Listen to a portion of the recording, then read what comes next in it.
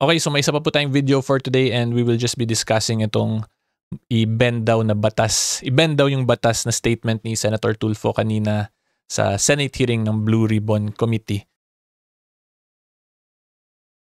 So ang maging reminder ko lang po sa inyong lahat na taong bayan who is watching this, wag nyo po i-bend yung law kasi kahit na po anong bend nyo niyan, that is still a violation of the law, di ba? And if you violate the law or you bend the law, that is what we call extra legal remedies. So pwede po yan pumasok sa extrajudicial, di ba? So alam nyo na yan, kung galit kayo dun sa EJK, di dapat wag nyo rin po i-tolerate tong law bending kasi same lang po yan. If you bend the law, then you are not following the proper legal process. Therefore, that is what we call extrajudicial. Tapos insert mo na lang kung ano yung ginawa mong action sa dulo. Okay, and tandaan din po natin kasi ang mga congressmen and senators, they can make statements like this without liability if they do it po during the hearings or any speech sa Congress kasi yan po yung tinatawag na parliamentary immunity under Section 11 ng Article 6. Diba? So makita po ninyo, a senator or member of the House in all offenses punishable by not more than 6 years, privilege from arrest while the Congress is in session. So privilege from arrest, hindi lang sila pwede arestuhin pero pwede naman po sila makasuhan. And then yung next sentence po dyan, dito papasok yung statement ni Senator Tulfo kasi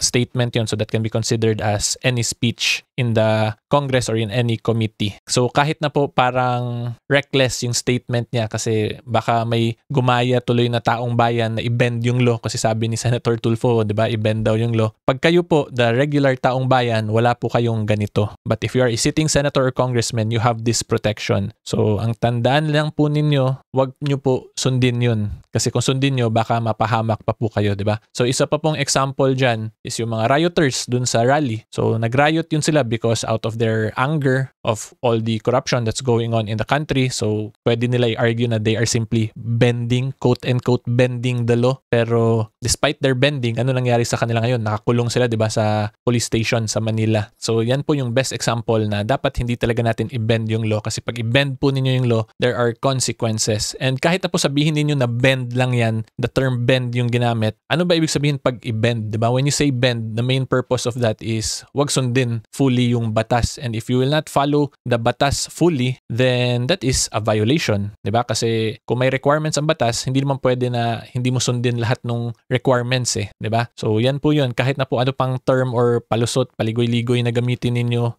bend is equivalent to violation if you ask me. And if you do that, you can be held liable for appropriate civil or criminal liabilities. And again, the best example of that is yung mga rioters nga nung Sunday. Kasi doon sa situation nila, pwede nga po nila sabihin na napilitan lang naman sila kasi sobrang galit nila sa corruption. Therefore, they are not actually violating but they are just bending the law. They are exercising their power as the people. But nevertheless, ayun, ang nangyari, 'di ba? Nakulong nga sila ngayon. So again, just a friendly reminder to all my fellow taong bayan, wag po tayo basta-basta mag-bend the law porket narinig po natin sa isang senator kasi we do not have parliamentary immunity. Okay? And if we do not have parliamentary immunity, we will be liable for all our actions. So yan lang po, gusto ko lang din idagdag yan. Okay? So meron po tayong 3 videos for today. And yan, hopefully naintindihan po ninyo. If you like more legal educational videos, tas bago kayo dito, huwag niyo po kalimutan mag-subscribe. And until next time po, see you all. Bye-bye!